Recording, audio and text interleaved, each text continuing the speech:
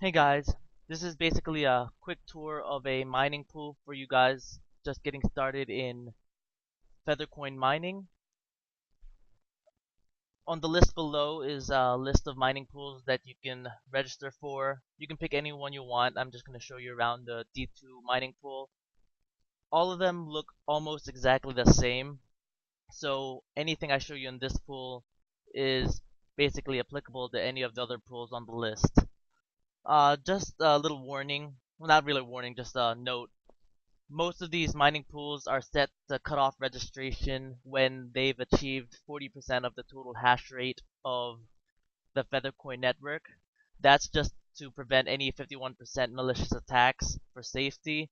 So from the beginning, do try to pick one of the other pools, not just the first one on the list. Anyways, after you register and you've logged in, this is what you'll probably see, some news and whatnot. But I'll show you the more important parts of the pools that's required for your actual mining as well as some other useful things. Alright, the first thing I want to show you are, well, I should show you the account details first. On this page, you put your payment address over here. This is basically the address for your Feathercoin wallet once you've created one. So everything you mine on the pool will be sent to that Feathercoin address, which is associated with your wallet. So basically, you just go over here to receive coins in your wallet, right click, copy address, and just paste that right over there in that field. The donation percent is just if you want to donate a certain percentage of what you mine to the pool. Automatic payout threshold is exactly what it sounds like. This is the minimum amount of coins you want it to send to your wallet automatically after it gets there. If you leave that at 0, it won't send you coins automatically. But for example, if I put 10, once you've gained 10 FTC in your balance, it'll automatically send that to your Feathercoin address. So you just put your PIN number that you created over there, update settings to do that. And then you can also manually request a payment to your Feathercoin address right here. It'll automatically send you the total amount that you have in your balance. All you have to do is put in your PIN number, press cash out. Over here in My Workers is one of the important things that you'll need to know when you start mining. Over here, your username, let me show you really quick. Here's a picture of the GUI miner. Over here for username, you'll be putting the whole thing tutorial.1. So over here, tutorial.1, as well as the associated password right here that you decided to put for it. So in this case, it'd be X. If you were to make another worker, for example, number 2 and X, and you wanted to make another tab for that worker, you could also do that, put tutorial.2. Now, it's pretty helpful over here creating different workers for each graphics card you have running. That way you can tell if it's currently running or if it's stopped for some reason. As you can see, there's currently no graphics cards associated with this worker because its kilohash per second is 0. But if this was running, you would see that number increase over time until it gets to its maximum kilohash per second. And that way you can make one for each worker, and if all of a sudden you see one go to 0 for some reason, you know which graphics card is malfunctioning or stopped for whatever reason. Alright, over here in pool stats, this is just helpful because you'll be highlighted in green. You'll see the total kilohash per second of all your miners combined. And then it also gives you an estimate of approximately how much feather coins you make per day. So over here, if you have 1,867 kilohash per second, you'd be making 39 feather coins per day approximately at the current difficulty. Um, alright.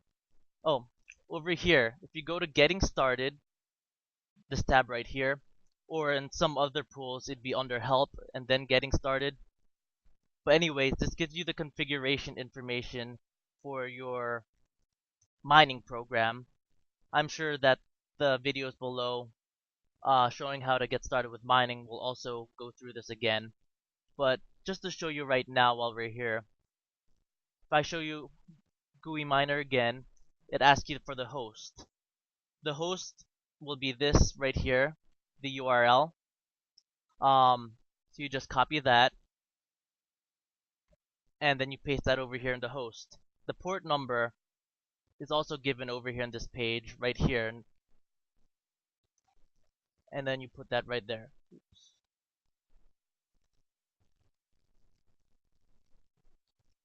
Alright, so these four fields, the host, the port, username, and password, are basically all going to be taken from whatever pool you sign up for. The rest of this will be explained in videos below showing how to get started with mining. One last thing I want to talk about before I end this, so you don't get surprised all of a sudden, is these pools are all, for the most part, PPLNS pools, which means pay per last number of shares. So let me just see if I can find that really quick.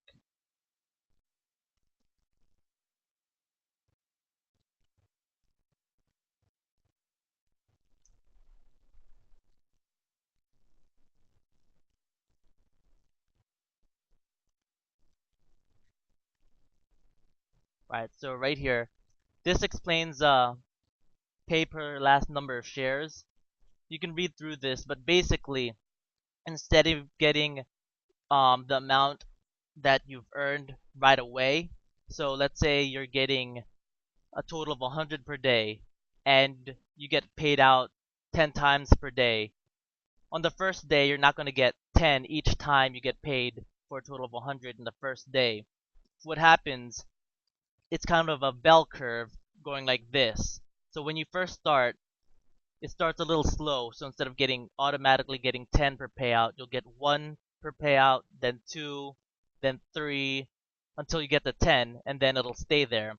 And then what happens is when you drop out and stop mining, instead of the payouts dropping to 0 automatically, there's a delay where it keeps paying out for a while after you stop. So let's say the day after you stop mining, you get paid 10, then 9, then 8, then 4, then 1, and then until it drops to 0. Anyways, this was just a quick tour of a pool. Hopefully this was able to help you out, get you a little bit familiar, so when you start your miner, you'll know exactly where everything is and where all the utilities you can use are.